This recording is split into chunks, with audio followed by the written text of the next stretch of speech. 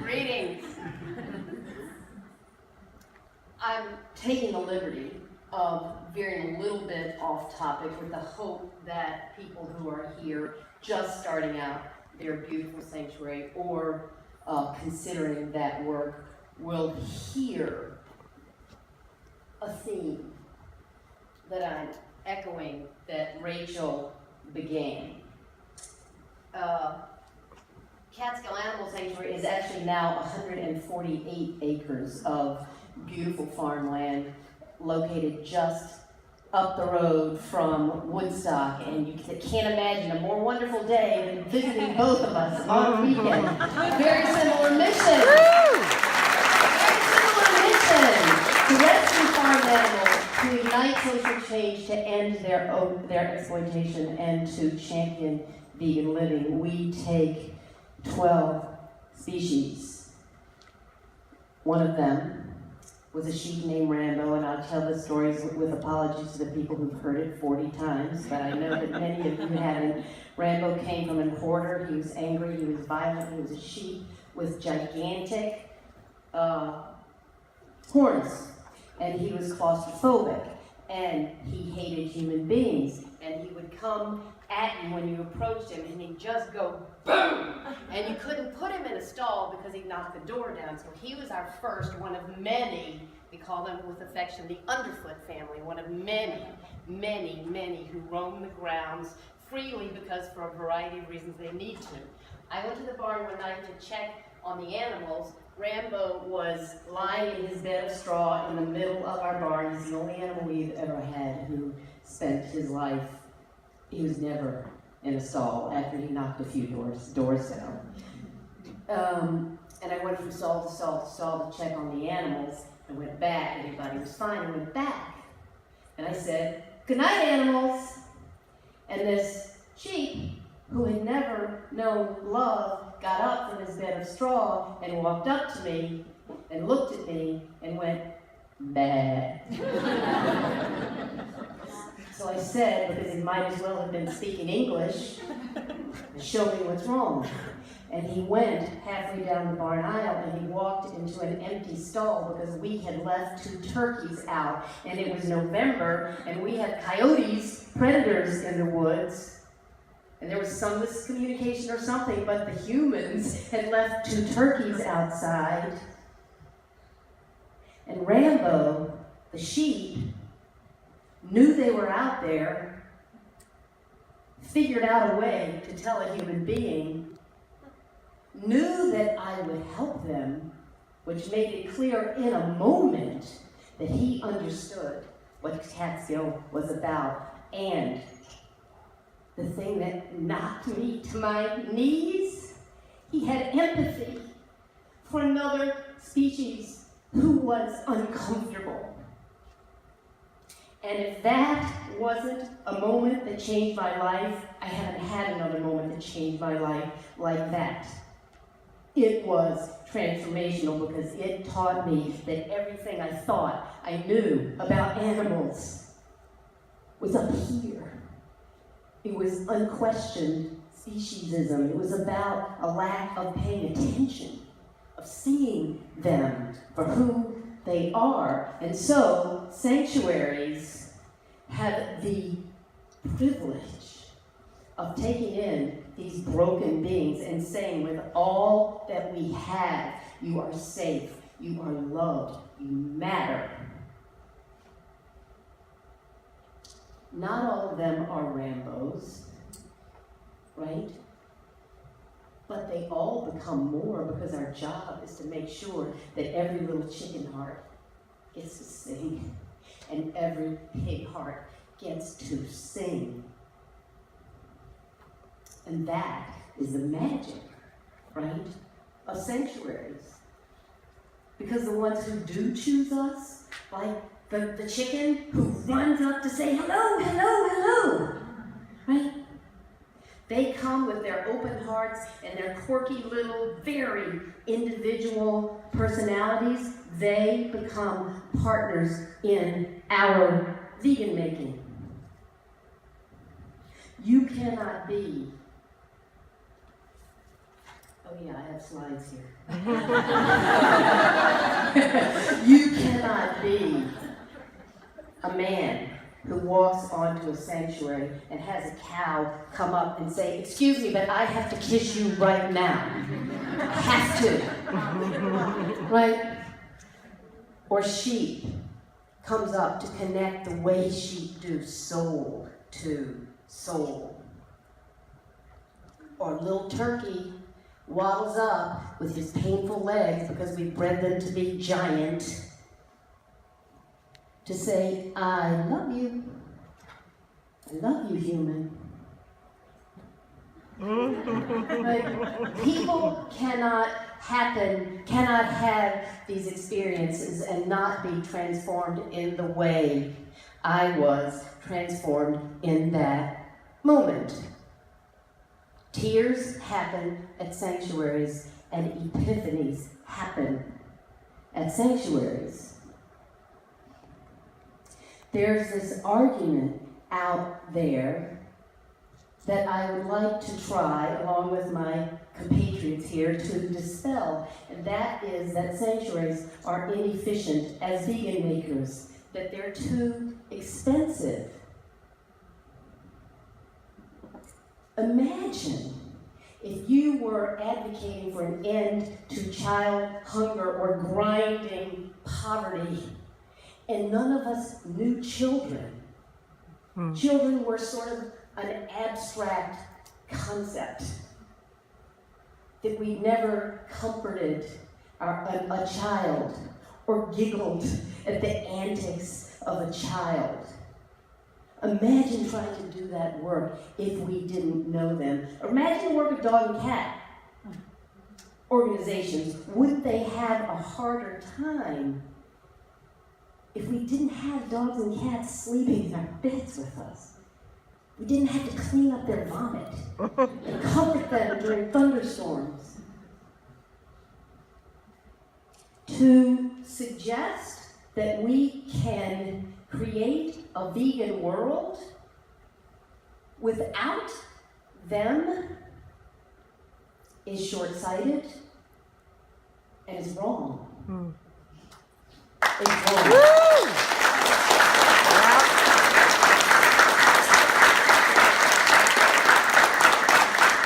How we know this is just like Rachel. I'm not going to review these slides. We were experimenting with how we were going to show our impact, and this was just a few days, and we were piddling with different models. But the point of the measuring is that nobody leaves unimpacted. 7%, I don't intend to make any choices. That means 93% are going to make some choices. Here's a different perspective. This is the biggest social change movement of all time. We're not asking a segment of the population to change in relation to another segment. This is not saying, "Come on, dude, women deserve to be equal." It's not about white people being more evolved in relation to non-whites. It's not about sexuality. It's not about gender. It's not about class. It's not about religion. We who aspire to a vegan world are demanding that every single person alive, and those who are coming after us, change first our attitudes, and then our behavior, and to think when we are so speciesist, right? When we are a culture who acts in every possible way as if we are the only ones who matter, to think we can do that without the animals? Are you kidding me? Really?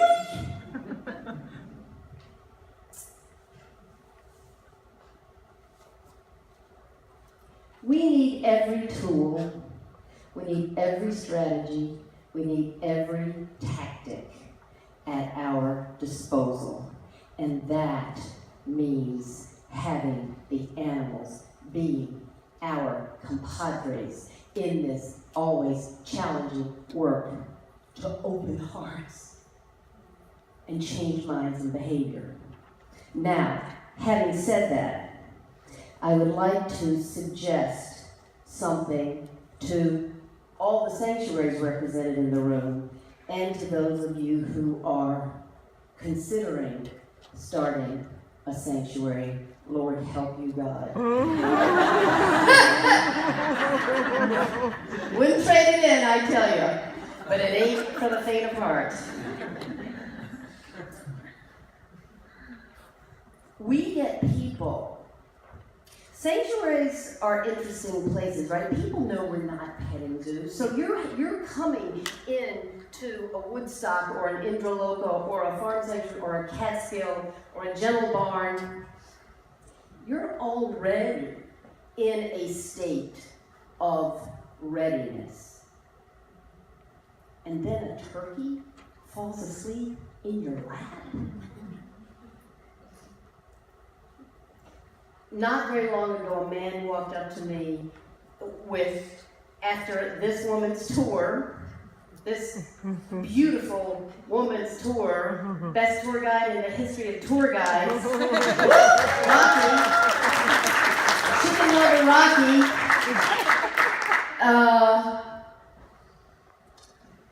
and he took my arms and he said, "I get it now. Tell me what to do." You are not going to have an easier opportunity to create a lasting vegan, and sanctuaries must be able to say, here, right now, we can help you. Right? So, Catskills version of this, we have several programs. We have a cooking program. We have 2 certified chefs, one of whom is studying nutrition. We've got a cooking blog. We're publishing a series of cookbooks, a unique take on a cookbooks that are not only vegan food but are very animal centric. We have food tastings and food demos every weekend. We have cooking classes, and as part of our 3-year strategic plan, we are asking the question: how do you scale this? Because this is more than just cooking. This is the whole package right here. Sanctuaries have the whole package. We are piloting a mentor program so that man gets help right there in that moment. We just got $100,000 of the first installment of a $300,000 grant to pilot a youth leadership program, which we will share happily with anyone who wants it, once we get it on its feet. And we have a very active partnership with an organization, I don't know if it's here, Ethical Choices. It goes into schools and shows, they're here? Cool. Ethical Choices came to us a few months ago, maybe actually a year ago, and said, would you create a film that shows how pigs and chickens, right, our mantra in the ways that truly matter, we are all the same, how pigs and chickens are no different from dogs and cats. So we created that film, and they were originally going to use it in the Northeast, but they liked it so much that they're using it around the country. So this little video of me feeding my dog, and then someone feeding a turkey, and me calling my dog, and then somebody calling a chicken who runs over, right? And me playing with a stick with my dog, and then somebody playing with a ball with a pig, right? Is going all around the country to make the point, to make it real. So, to those of you, how am I doing on time? Over? I'm over? Why do you stop? To those who are, what was I saying? Video. Oh, okay. To those of you who are considering this work, are you positive? Do you wake up with a smile on your face? Do you love life? Do you love people every bit as much as you love animals? That is what is required at a good sanctuary. If you are angry, I get it. But there's so many other ways to channel that anger. Right? All the direct action, all the street protests. Sanctuaries must be love factories if we are to do our job in service to the creation of a vegan world.